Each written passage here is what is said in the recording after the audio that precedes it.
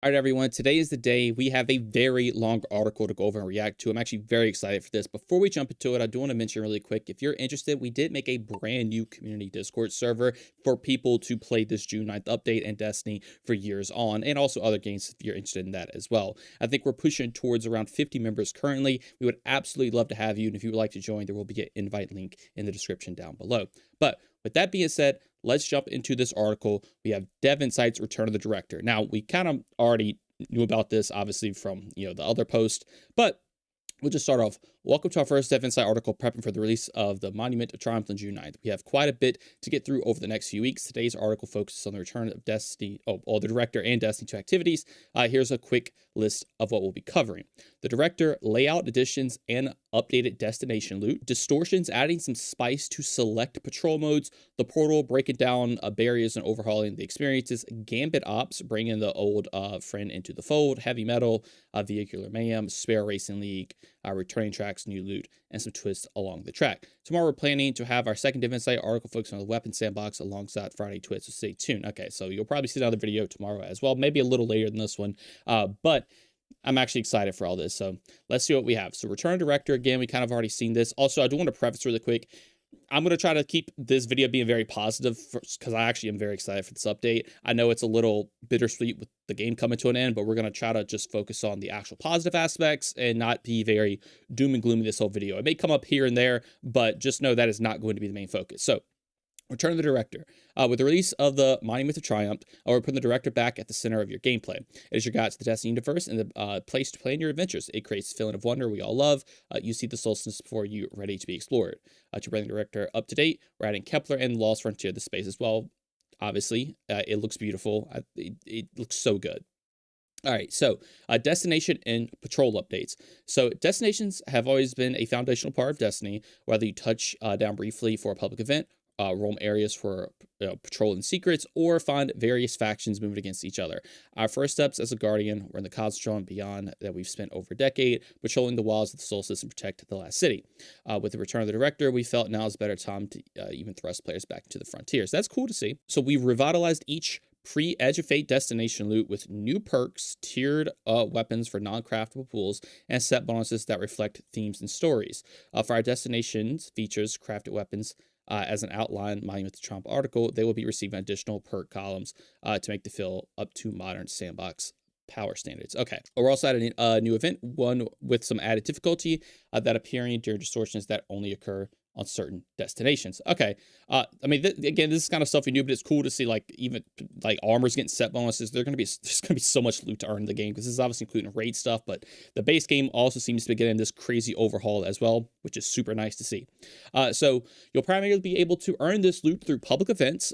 Base completion will grant tier 3 awards, heroic will grant tier 4, with each drop having a chance to upgrade all the way to tier 5. During distortion, these awards will be upgraded by 1 tier to match the added challenge. Unique destination activities like Blindwall, Altar Sorrow, and Terminal Overlord will also distribute tier rewards. Full details in the patch notes. All right, interesting. Okay, so it seems like the best way to farm this stuff is going to be doing a heroic distortion, because I guess that would technically guarantee you a tier 5 with it bumping one up and you get tier 4 the other way. It also seems like Blindwall, Altars of Sorrow, and Terminal Overload, like I said, everything in the game is getting updated, which is cool to have all these new loot systems. There's going to be so much stuff to farm. Additionally, we updated what we call Rolled Loot Pool. Through legendary Ingrams that drop from general gameplay to now feature a collection of tiered loot with gear spanning for multiple years of Destiny 2. You may find new and old favorites inspired by Splicer Tech to our old friend Stain 14 with this Ingram. Okay, so just more weapons are coming back, which is cool. With that said, let's take a look at a few destinations. Below is a taste of what's to come. We want to excite but not spoil your appetite. P.S. Don't write while hungry. Okay. All right, Cosmodrome. At the Seven Seraph. So where it all began, many Guardians recall the first moments awakening in old Russia, and they weren't alone. Rasputin the Warmind called the Cosmodrome his home and proved himself to be the mighty ally of humanity. The returning weapons that drop from the Cosmodrome come from Rasputin's storied arsenal, along with a new origin trait. Okay. Dude, I mean, they kind of already said it a lot, right? But it's just insane to see the amount of loot that's coming to this game with all these origin traits and stuff. Like, this had to be stuff they just had years playing down the line that they're just bringing back, kind of like they mentioned in the other article, because having all this at one time is just crazy. But new origin trait, Eyes Up. Guardian. But this weapon gains reload speed, range, and increased damage against combatants for a short time when combat begins. Final blows extend and enhance bonus. Okay, well, it seems like they're going all out on origin traits, because that seems like a very, very strong origin trait. It's basically just rampage, feed and frenzy, killing to win, and you can extend it. Okay, that's cool. Our sample weapon for the Cosmos Drone is a Repository 7 Seraph CQC, updated with new perks and keeping the Rasputin's arsenal origin trait. Oh, so you can actually keep the other origin trait too. So that's cool. All right, so Slide Shot, Discord, Quick Draw, Threat Detector, Disruption Break, Hill Clip, Dual Loader, Snapshot Sights, Closing Time, Trench Barrel, 1-2 Punch, Chain Reaction, Incandescent, Surrounded. And I'm not going to go like too in depth with all this. I'll have another breakdown, go over God rolls probably when the update launches, but this does actually seems like it can have some pretty good perks. So 7 Seraph CC felt like the right showcase for Cosmos Drone because it's both a core Rasputin weapon and a flexible close range workhorse. With updated perk pool, we wanted to support everything from classic melee heavy builds to a pure add clear shotgun without losing that Warmind toolbox identity. All right, it's cool. I like that. Nessus, the Plu Perfect is coming back, bro. People have been wanting this thing for so long. It's such a unique looking gun. It looks so cool. But with good robots, fail-safe and friends, and bad robots defects, and a lot of early Guardian memories, Nessus deserved a loot pool that reflects its status as a classic destination. So the Sandbox team has reached through time to pull together a collection of weapons reflecting Guardian's mini expeditions on the unstable Centaur. We hope you agree that our selection plays as well as they look.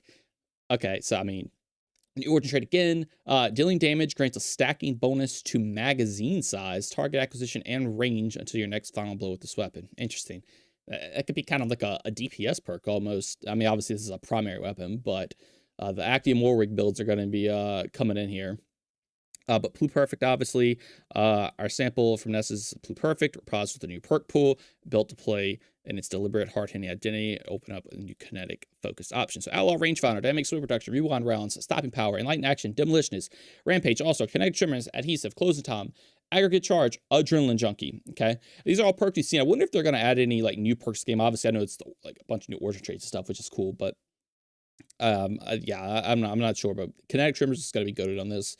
We see Plu Perfect as the backbone of the Nessus set, reliable, deliberate, and built to carry momentum from one target to the next. It's a fresh pool, gives players a room to chase and change the playstyles while still preserving the feel to make the weapon memorable. This is such a fun feeling gun. I think if you never get to use this, you're going to have a blast with it. It's also pretty solid in PvP too. Really excited to see that come back. But all right, moving on, we have Europa. So Europa was a defining destination, Destiny's history, marking a turning point where allies and enemies alike began to wield stasis and deepen the understanding of darkness. Its frozen frontier is inspirable from Braytech, whose ambition and technology remains etched into every corner of the moon. Further refreshed, the team wanted the returning weapons to feel at home on Europa, reflecting both its harsh environment and its legacy in a deafening frontier. All right, new origin trait, Winterized Gear. After being out of combat for a moderate duration, this weapon gains stability, reload speed, and handling. These benefits decay over time after re-entering combat. All right, that seems maybe like a PvP origin trait in a way. I'm not too sure about that. But rewards rebooted. Yeah, the high albedo is coming back, and it seems to be a micro missile frame now instead of what it used to be. Sample Europa's high albedo. I know your odds not to see if high albedo has been updated to be the first kinetic. Oh, I didn't even realize that. It's a kinetic micro missile. All right, interesting. I mean, everybody's going to be farming for this. Like, this is probably going to be one you want to get. I can get auto load and holster, building burst, impulse amplifier, enlightened action, shoot to loot, stopping power, blast distributor, kinetic tremors, ancillary ordnance, on for all-star frenzy, desperate measures, and surrounded. Okay, so it actually seems like it can get some pretty good perks. The shoot to loot, kinetic tremors is going to go crazy. All right, so high albedo matches Europa's identity by pairing precision tech with a harsher, more experimental edge. We wanted to update its perks to support players who use it proactively, whether that means building into utility, crowd pressure, or general purpose combat. All right, cool. So, I mean, again, just more weapons is dope. All right, so distorted destinations, patrolling the system. Over the past few years, Destiny 2 has focused more attention on structured campaigns, exciting playlists, and challenging cooperative activities. This has led to patrol feeling left behind without strong rewards or a clear reason to return. Many players have had little incentive to explore the wilds of Soul. To remind Guardians of the allure of wandering these worlds, we're introducing a new feature, on 7 destinations, which is distortions. All right, so distortions. Every hour, a different destination becomes the focus of distortions. The sky tears open, reality distorts, and corruption spreads. While distorted, the planet's enemies are empowered and more fearsome. Okay, so it just makes the world harder, it looks like. The skybox looks dope. I just want to say, like, this looks absolutely sick. Seeing this like on the moon right here, that's really, really cool. I assume this is gonna be some like shattered cycle ordeal probably with the lure, but they're just throwing it in here now. But distortions are our new enchantment to patrol mode. They're the celebration of all things that are already there, plus a small injection of new things to do and a new rewards to discover. My main goal with this feature was to support what we call the public loop, the connected areas that players patrol where they can encounter other guardians and work together on shared goals. We've leaned into all the fun little things that are already there, then added a little twist. Interesting. Okay, I almost thought that was Siva for a second, but I see it kind of has like the nightmare look.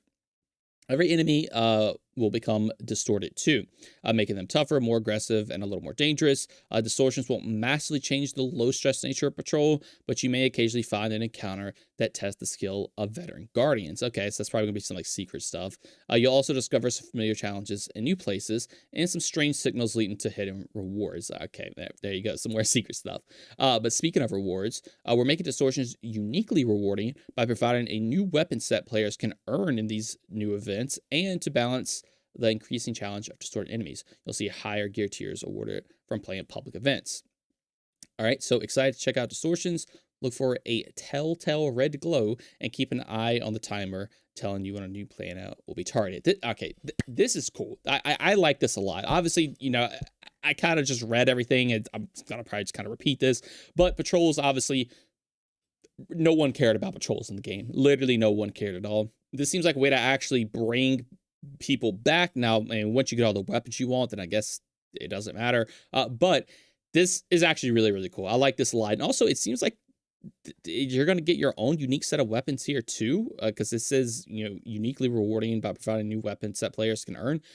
So on top of, I guess, the destination loot as well. So even more loot. If I'm reading that correctly, I might be reading that wrong, but regardless, it's still a lot of loot. Even with the destination rewards, you're going to want to farm this on the distortions here. Almost called it corruption, but it seems like actually going to farm patrols in this distortion area is actually going to be something you can do, something fun, make it a little more challenging. It's still going to be a patrol, as I said, but it does seem like there's going to be secrets as well. Really looking forward to this. I wish this was something that was just in the game the whole time, like having a reason to actually go back and play content that kind of gets left behind is, you know, super cool to see. And this is like the overhauls. Like, I just wish we could have had it earlier, but it's still cool to see regardless. I'm happy that we're finally getting something like this. Very, very interested to play with this. I guess the final thing to mention, it's also cool that this is just like on an hour rotation. It's not a daily thing. So if you ever need to farm, you know, something from Europa or Nessus, you can just kind of wait it out, know when to get on the game, and start farming. It's actually really cool. But moving on to the next thing, overhauling the portal. Since I'm interested to see how they talk about this, but since the release of the Edge of Fate, we've heard your feedback on the portal loud and clear. Portal, the tab, is gone. However, we didn't want to remove the quick access to Destiny playlist and content. All right, so they just, I guess, I mean, it doesn't look like they got rid of it, but I guess they kind of did technically. While players can navigate the director for numerous activities, we still wanted a portal of sorts to quickly find the content you want to play when you want it. Makes sense. We're refactored scoring difficulty and customization quite a bit to further address feedback around the system. More on that in a later section. Portal activities, bonus incomes, bonus focuses, and the seasonal hub are still accessible. The portal ops categories are built into the director itself. In the director screenshot above, you'll see a row of familiar icons from the bottom of the screen. They are the doorway to the portal, like sub screens, allowing you to still access and configure the activities that you'd like to play. Okay, I mean, yeah, we saw that. I mean, it's just a little button you can click. That's, I mean, this is what it needed to be all along. Like, I don't think the portal is inherently like a bad thing, but just taking the focus away from the director is what was bad. But you may notice our director preview that there are a few returning icons in that row in the bottom. Yes, Gambit will now have a portal category updating with the scoring, and raids and dungeons will have an easy access point on the front of the director. Dungeon ops will be retired, and the space will simply be a space to quickly find and fully play Raid Nudge content. Okay, that's cool. I love that. Like, if they wanted to make a quick access thing, this is what they needed to do the whole time. You have your seasonal thing, you have, your strikes, Crucible, Gambit, raids, and then other, everything else in the portal. This is dope. Meanwhile, the director still being the main focus. Like, this is good, and people can still, if they come in, don't really know what to do, they can just bop, 2 clicks, you're doing something. I guess 3, you have to launch it. But we also want to bring back more of Destiny's Legacy, and the following will be available in the Monument of Triumph. New fire team ops: Highest Battleground Mars, the Disgrace, the Lightblade, the Scarlet Keep, the Corrupted, the Lake of Shadows. New Pinnacle ops: Operation Slayer Shield, 0 Hour, okay, new Arena ops, and Override on a 4-week rotation map. Okay. All right, so difficulty and reward updates. Portal op activities begin a difficult overhaul in Monument to Triumph. The overarching theme is less math, more playing Destiny. That is good to hear. But right now, difficulty, rewards, and progression are too intertwined. Plus, a bunch of variables are tossed on top: power, armor, and the rewards pass score bonuses that required far too much planning and thought before players could just dive in and play. During development, we simplified it, play tested a bunch, and simplified it even more to address player feedback. Okay, so when they say we made the system simpler, what do we mean? Now, when you select difficulty, you will always hit a default reward rank, which will result in a default reward tier without adding any modifiers. The table below shows and illustrates what reward tier is to expect from each difficulty and reward rank. Okay, so normal, you get C, Advanced B, Expert A, Master A+, Grandmaster S, Ultimate S+.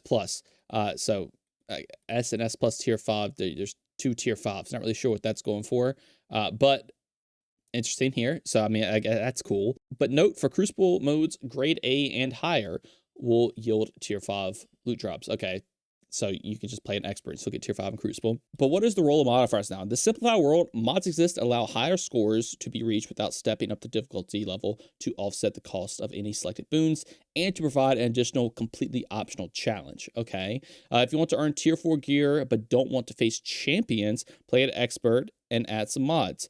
Don't want to deal with the tougher, more aggressive combats in Grandmaster, but still want to earn S grade rank, play Master with a few mods of your choice, and you'll get those tier 5 rewards. Every difficulty can have enough mods applied to bump up 1 reward rank and reward tier. Additionally, while reward tier were now capped at Grandmaster with tier 5 and S rank, it didn't feel right to remove ultimate difficulty from the game. So we're leaving ultimate and for Guardians who enjoy playing at the highest challenge level possible with S+ rank will exist purely for bragging rights. Okay, so that it's literally just for bragging rights. I was literally just saying what is this meant for? But okay, it's to get gameplay in your video, so people say you're only playing in patrols to get the gameplay. That's what it's going to be for.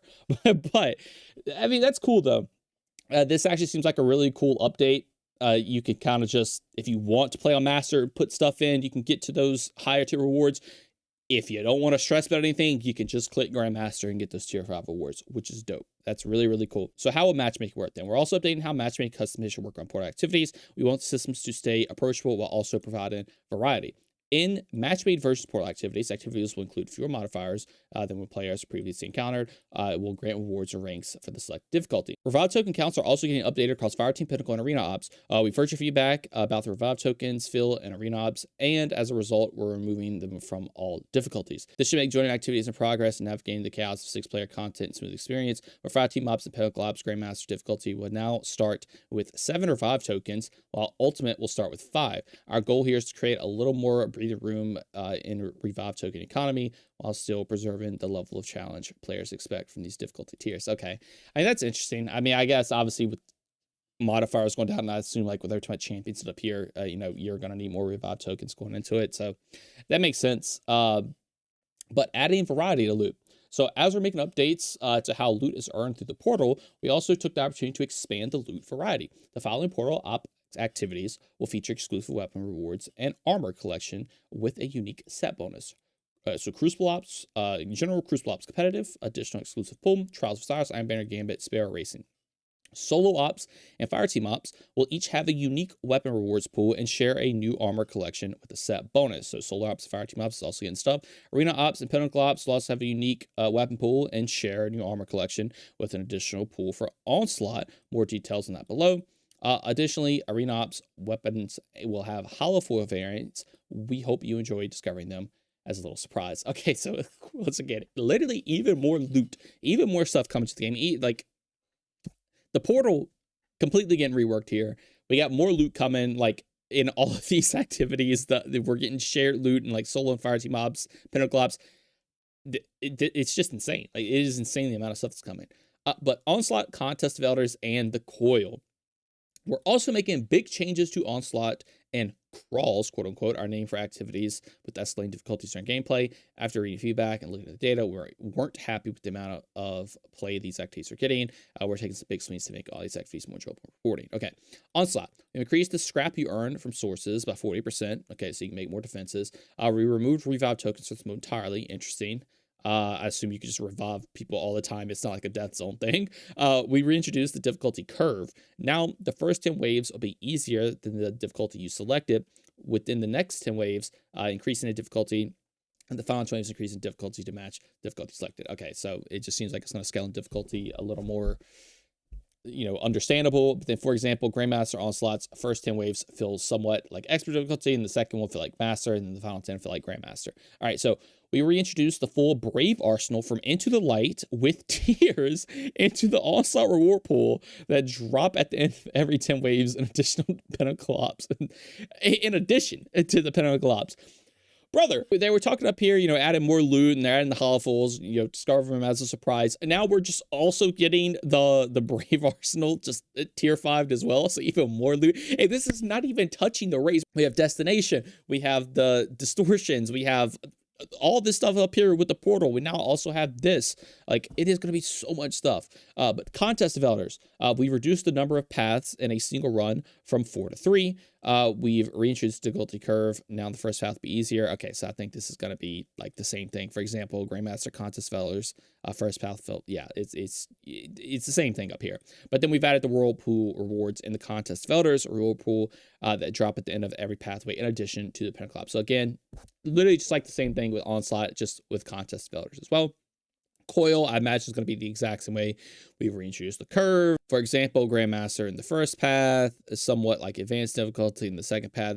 And then they've introduced the Whirlpool into the Coil that will drop into the Pinnacle Ops. So yeah, more loot on top of just making it, I guess, feel more rewarding and challenging here, which is cool to see. Hopefully more players will go into it. Like I said, they kind of didn't like where people are at because they weren't playing it that much. But I mean, it is literally going to be so much stuff to earn.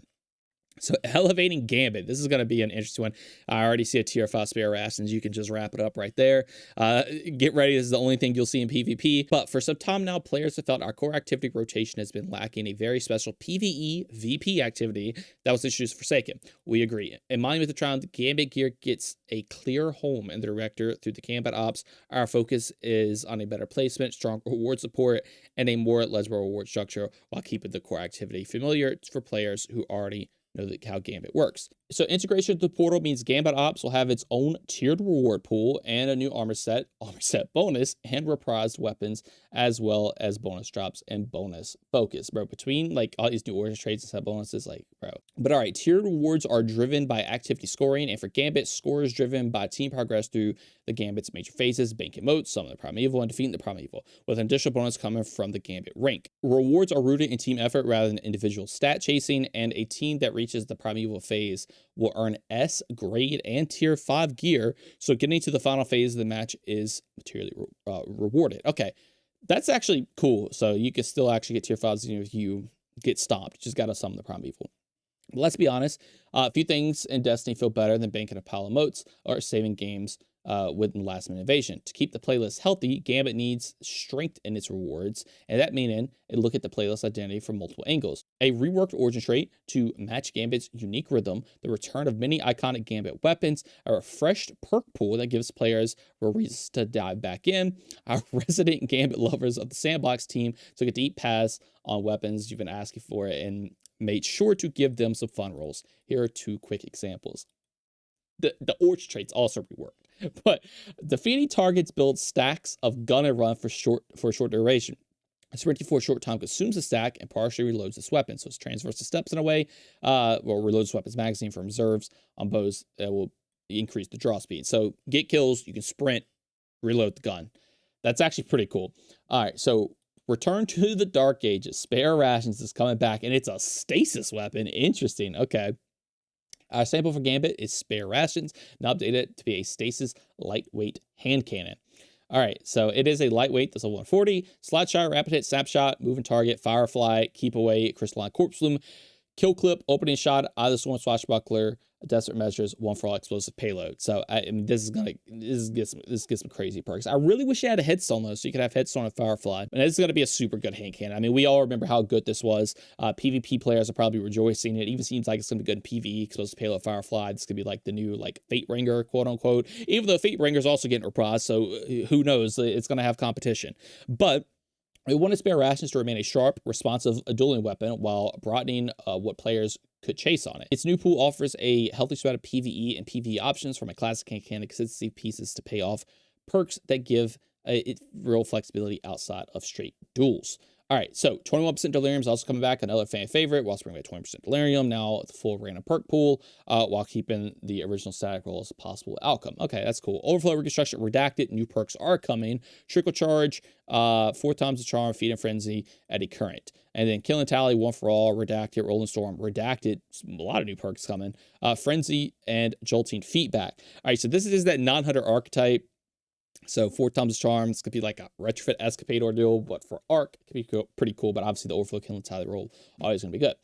The goal here was to turn 20% delirium into a deeper chase weapon without losing the versions players remember. Its refresh pool opens up new ways to build around sustained fire, reload loops, and damage ramp, while still leaving room for the classic role that defined its first time around, 100%. But all right, Crucible playlist rotations. In Monument to Triumph, Crucible playlist offerings are moving to a more predictable cadence, and all PvP offerings are receiving loot refreshes to offer new weapons, armor sets, and cosmetics. First, let's start with our main PvP events, Iron Banner and Trials of Osiris. So Iron Banner now returns every 4 weeks. Control remains as a constant offering and is replaced by Iron Banner Control during the Iron Banner weeks, with 1 additional Iron Banner mode available each time Iron Banner is live, okay?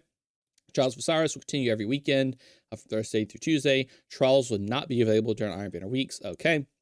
I kind of already knew this, but Trials is also undergoing changes to featured map and weapon rotations. Instead of a curated featured map each weekend, the mode can now vary from week to week. Some weeks may feature a singular map, while others feature up to 3. Check back on Friday to see which arenas you'll be challenged on. Featured weapons are also moving away from a single weekly focus and now drop from a featured weapon pool instead. We will have more details on the map and weapon pools in an upcoming tweet. Okay, so more info coming soon. But as for a broader PvP offering featuring 6v6 modes, continue to rotate weekly, while featuring small team modes rotate daily until Trials will take over for the weekend. Rumble also remains permanently available. Okay, that's cool to see. But this update also expands the small team lineup with heavy metal added into the 3v3 rotation alongside the new 4v4 arena collision, a new modifier built around more deliberate weapons first combat. Private match access has also been moved under the Crucible Ops and Portal, where players can also find heavy metal and more new Crucible modifiers like Arena. But we'll have more information on Crucible Awards, Crucible modifiers, and more next week when talk more about the sandbox tuning. Until then, let's turn our focus on some vehicular mayhem. All right, so I mean, the Crucible stuff seems cool. I'm not like too tapped in with, I guess, the Crucible side of the game now at this point. I used to play a lot in D1, but now it's kind of just like a get a reward ordeal, you know, every now and then jump in, have fun with some friends. But I mean, hopefully the PvP players will like this. I mean, getting more rewards and stuff's obviously going to be cool. But heavier and more metallic. So it looks like you can select the vehicle now. Okay. But heavy metal's back on a permanent rotation, the Crucible Ops, with fun updates. If you played heavy metal before, you know the fantasy and to climb to a massive vehicle, roll into the battlefield, and turn the other team into scrap. This time, there's a new option joining the lineup with the Cabal Behemoth alongside the Drake and Brig. All right, that's cool. And I guess you can also just randomize it. We've also added a new vehicle selection screen so players can choose which vehicle they want to bring into the match before it begins. That means heavy metal is no longer just one fixed matchup and gives players more freedom how they want to play. That's cool. I like this. I mean, I don't know how many people are out here like, you know, grinding heavy metal and playing it, but heavy metal was a very fun game mode just to, you know, mess around on, especially just when you were completing that pass. I had a lot of fun with this. So this is actually really cool to see. You can also just select your preferred thing. Wonder how good the the new behemoth is going to be. But to keep matches feeling faster and punchier, we've lowered the score needed to win from 50 to 40. It's a small change, but one aimed at making the mode feel snappier without losing the vehicle combat chaos that makes Heavy Metal what it was. Heavy Metal is also getting a brand new map, Nightfall Station. If the map sounds familiar, it should. It's the space that adapted from the wreckage of this vessel from the Renegades campaign, now reworked to a Heavy Metal battlefield built for vehicle combat. Okay, so we have a new map that looks pretty sick. Looks really cool to take. It almost looks like Prison of Elders a little bit. I don't. It's not that obviously, but it looks pretty cool. I wish they could just make these maps, even though I know they wouldn't be balanced at all. I wish they would just make them for 6v6 as well. Just let us run around this crazy looking battlefield here. But overall, these updates are focused on giving players more variety from match to match, tighten up the pacing, and making sure the vehicle feels like a viable choice when they drop into the mode. We're excited for players to jump back in and try our new lineup and see which vehicle fits them the best next time Heavy Metal rolls around. So again, this is cool. I like that they're adding some more pizzazz to it here. You know, Heavy Metal was a fun game mode. I think this is going to be a fun thing if you just want to kind of, you know, stop from grinding here and there for all this other loot they're adding to the game. You just have some fun with your friends, play some Heavy Metal. I think it could be pretty cool. But all right, the return of Sparrow Racing League. So the long-awaited and frequently requested Sparrow Racing League, SRL, is returning to Destiny 2. This isn't just SRL coming back as you remember it, though.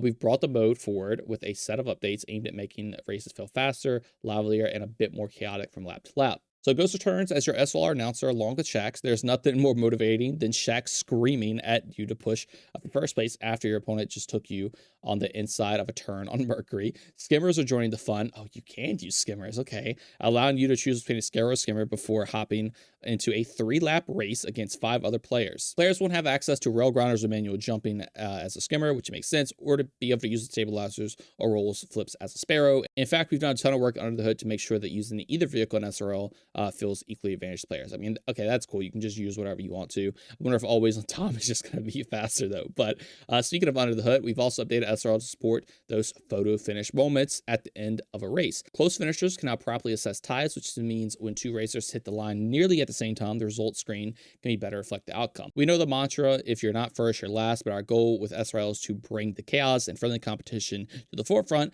So tying means you both get equally great rewards. Okay, so that's cool. But a couple of new mechanics have been added to SRL. Rocket Boost rewards racers who nail their timing to hit the gas just before the race begins. Interesting. Okay. And then giving them an early burst out the gate.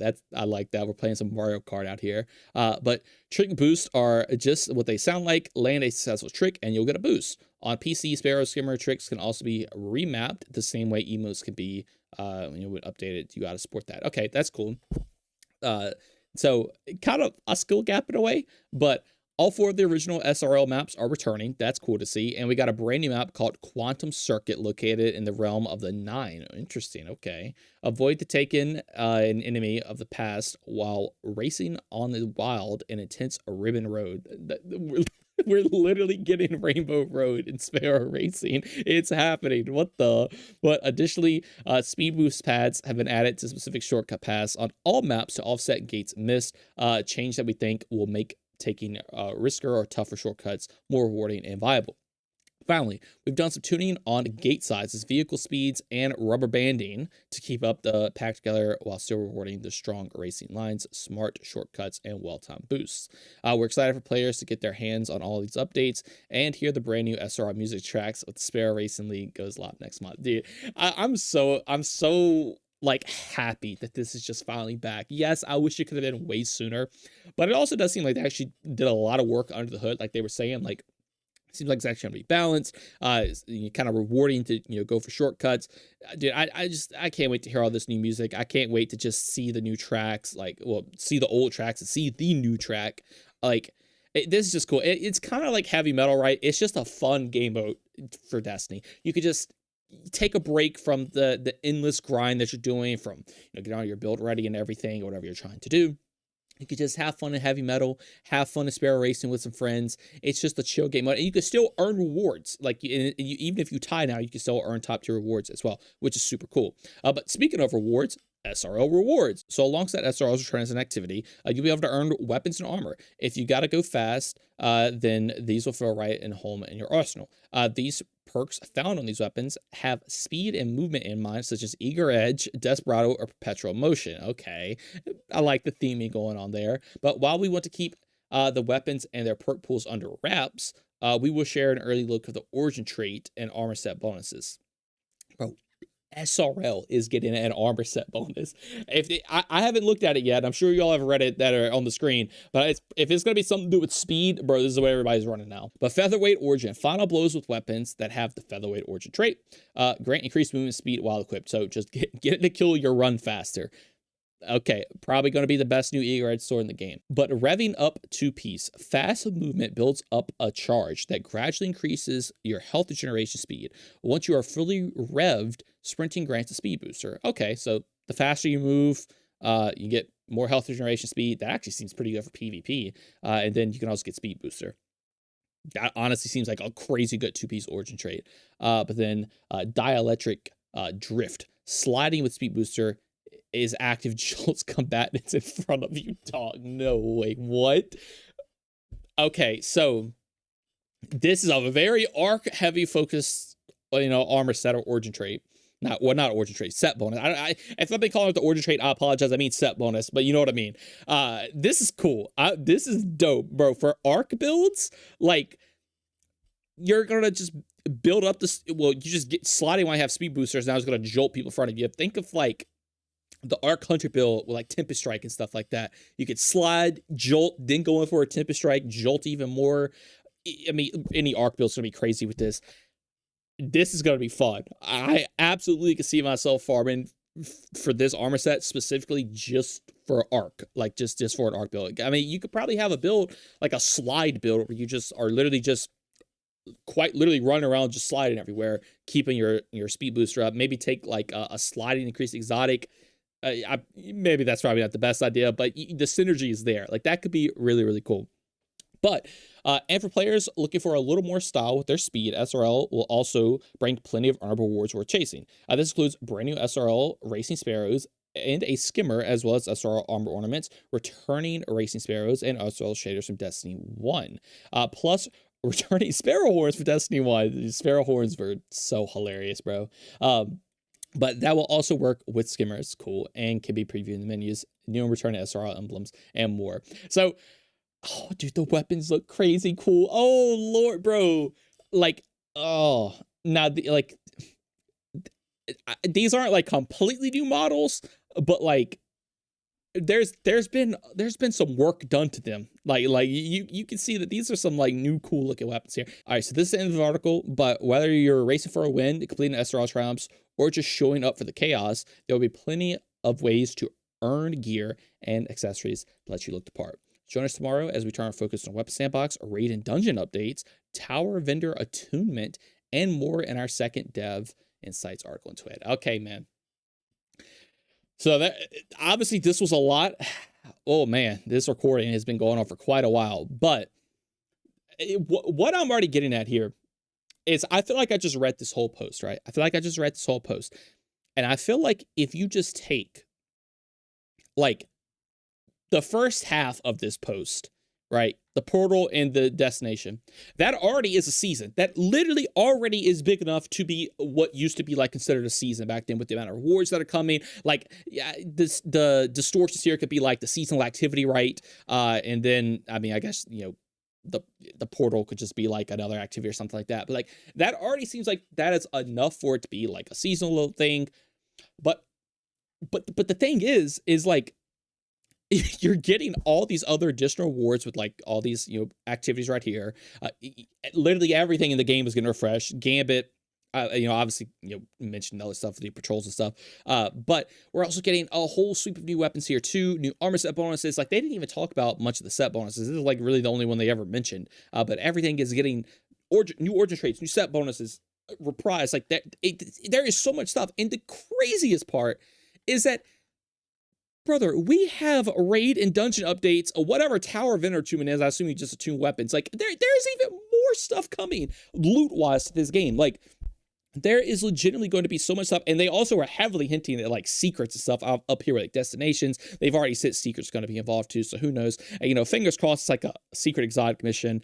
I don't think that's going to happen, but who knows, bro? Like, there is going to legitimately be so much stuff worth farming. And it seems cool stuff too. Like, these new order traits don't seem bad. Like they're giving damage increases. Like, it's not just like a, you know, increase, you know, stability when you do something ordeal. Like you're getting damage increases. You know, the Gambit one basically is giving you transversus steps now, in a way. You know, all these reprised weapons are coming back, which I'm sure a lot of people are going to like, especially Sparrow ashes and stuff. But we're also getting these cool new weapons here. Bro, like, obviously this is like the sword from the new dungeon. This kind of looks like a Shiro's rocket launcher here. But what is this? What is this auto rifle kind of designed after? Like, I assume this is an auto rifle because the mag kind of like reloads from the front here. Like, this looks like a new model. This looks like an Omelon SMG. It looks like a new model. This is a pulse rifle. It kind of resembles like the Edge of Fate one a little bit. But it still looks kind of new. And then the fusion rifle, it kind of resembles something, but it's not like kind of clicking with me. But a hipfire auto rifle probably is gonna be cool, assuming this is an auto rifle. But dude, like, this looks so good. Like, there is, like, literally through this whole post, there is legitimately nothing bad. You have destinations being okay, can my computer work? You have destinations actually being useful again, which is dope, with you know, with the distortions here, which is cool. You can farm stuff. You're going to have all the destination rewards be reprised to farm stuff if you want them. You have the director coming back, which looks beautiful. You have the fun stuff coming back between SRL and Heavy Metal, which also have rewards and stuff you can earn. You have Gambit coming back if that's your thing. You have, well, it's always been there, but, you know, a refreshed Gambit. You have the Portal being completely refreshed. You have so much stuff.